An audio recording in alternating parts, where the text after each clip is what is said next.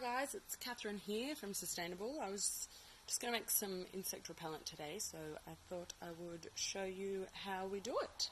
It's really simple, nice and easy. We use our insect repellent as a moisturiser bar as well, so after those hot summer nights or here the dry season, our skin's starting to get really dry.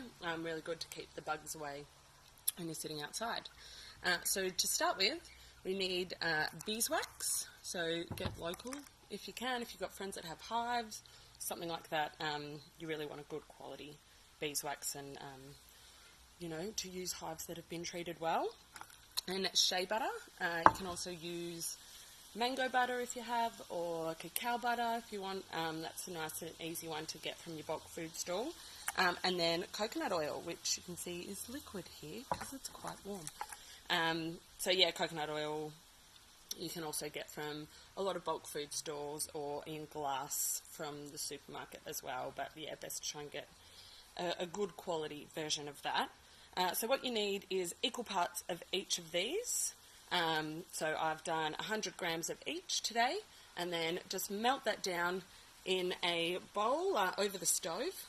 So just be careful, don't leave it too long. But yeah, once it is all melted and mixed in, just give it a little stir. So that on its own is a moisturiser bar. That's all you need for that. But yeah, to make the insect repellent, we just add in some oils. So today I've got tea tree, citronella, lemongrass, and lavender. So the main one here I use is citronella. I pop about sort of 25 drops of that one in this mix. So I'm just going to mix that in.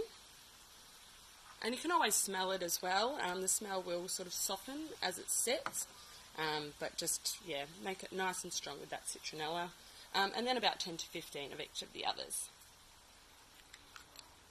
So just pop them in. You can also use, there's a few different oils you can use. You can always Google it. Cloves are a really good one as an insect repellent too. So if you have that one left over from your toothpaste making. And then all we do with that is just mix those oils in. Make sure it's nice and strong. I might just add in a little bit more of the citronella. And a little bit more tea tree because, you want that. So these ingredients, obviously tea tree has its own properties. It's really good if you get a bite and get a little scab. That will help heal it, which is what the beeswax does as well. It's really healing for your skin and also softening. The shea butter is full of fatty acid, fatty oils and other vitamins, so that's really hydrating for your skin, keeps the moisture in there, as does the coconut oil, and it's also antifungal and antibacterial, so if you have any wounds or anything like that, it is healing and moisturising. So it's got a few different uses, which is great. So once you've mixed those in, all you need is a little silicone mould, something like that. And then we just pour that in nice and evenly. Just go through these ones.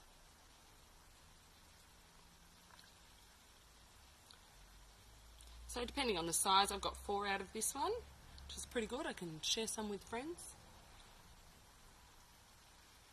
And then once that's in, you just need to sit and let it set. Obviously, if you are in warmer climates, you can move it to the fridge. Just be careful because it is liquid still for a little while, so you want to keep it nice and flat. But yeah, once it's set, it's ready to use, and then it's just a moisturiser bar. So all you need to do is rub it on your skin. It'll be nice and moisturising, and yeah, keep the bugs away. So enjoy.